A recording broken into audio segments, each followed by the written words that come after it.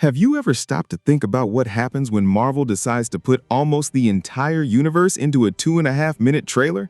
Because that's exactly what happened, and I had to pause, rewind, pause again, crank up the resolution, and nearly melt my screen trying to identify every single face that showed up in that Avengers Doomsday trailer. If you did the same thing, welcome to the club. Today, we're going to break down every confirmed hero frame by frame with context, history, and the weight that each presence carries for this narrative. Because it's not just about who shows up, it's about what each appearance actually means. Let's start with the obvious, the guy everyone knew was coming back, but who still caused a collective internet meltdown the moment he appeared on screen. Robert Downey Jr. as Dr. Doom. Yeah, the man who gave his life with a snap of his fingers came back, not as Tony Stark, but as Victor Von Doom, and that changes everything.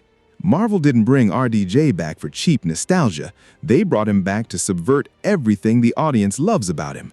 Tony Stark was the flawed hero who learned to be selfless. Victor Von Doom is the genius who never learned anything, who genuinely believes the world would be better under his control. Putting the same face on two completely opposite ideas is a narratively brilliant move.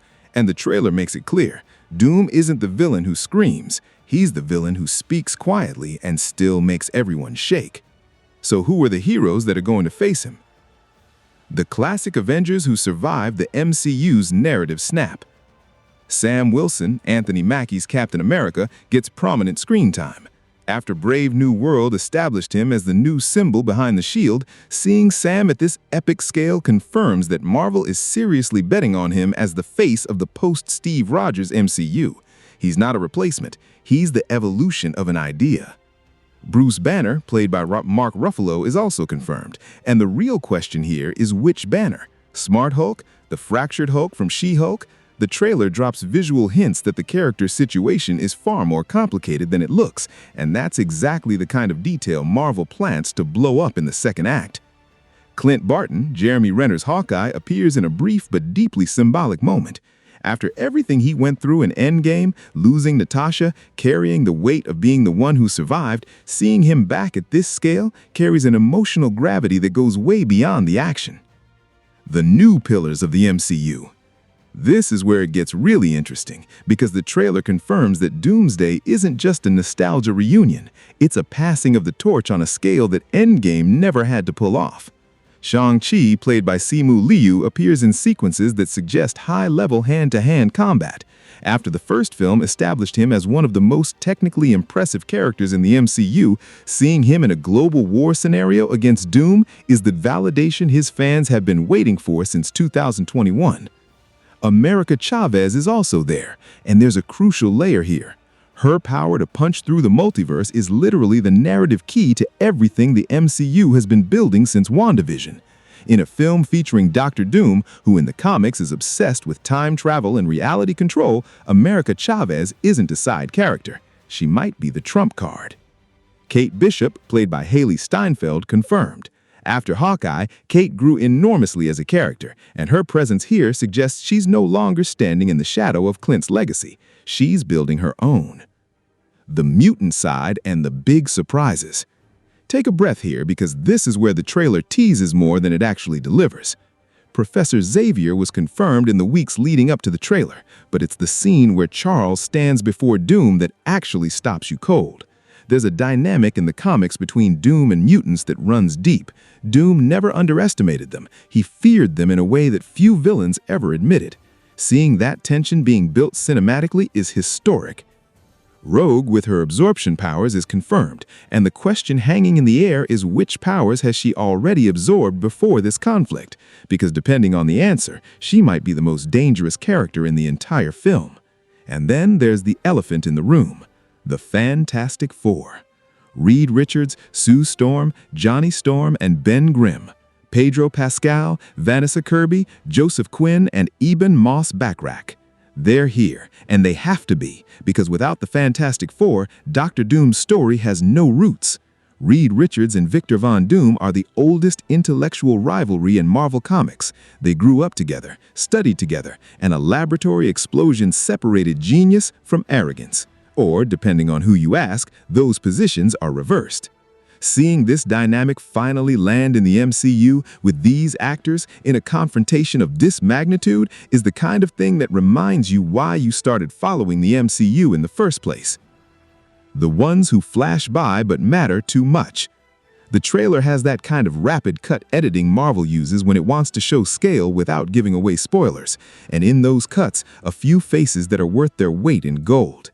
Wanda Mandacox, or at least what appears to be her. After Doctor Strange in the Multiverse of Madness, the question of whether Wanda is truly dead remains without a definitive answer in the MCU's continuity.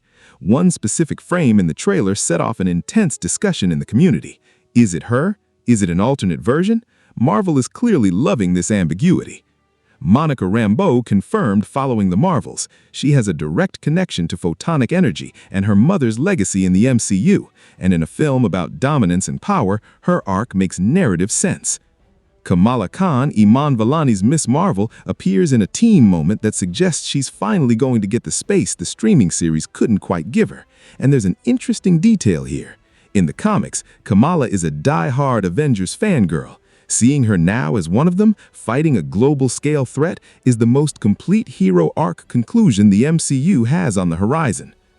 What the trailer doesn't show, but the context screams. Thor didn't appear. That's not irrelevant. It's strategic. Either they're holding something enormous related to his character back, or his absence is itself part of the film's narrative. In a world where Doom is operating, the absence of a god is just as significant as the presence of one. Spider-Man. Nothing. Not a single frame.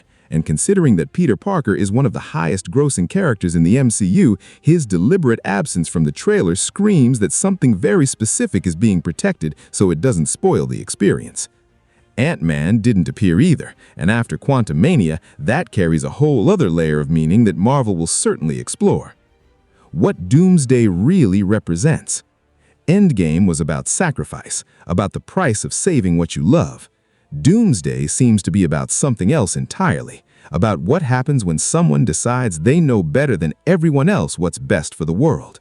Doom doesn't want to destroy the world. In the comics, he wants to save it, on his own terms. And that is far more terrifying than any Thanos with a shiny glove. Because you can argue against destruction, but how do you argue against someone who genuinely believes they're right? Every confirmed hero in this trailer represents a different answer to that question, and watching how each one of them navigates that equation, especially in a multiverse context where different versions of themselves also exist, is the real game that Phase 6 is setting up. The confirmed list keeps growing. The Russos are back to direct.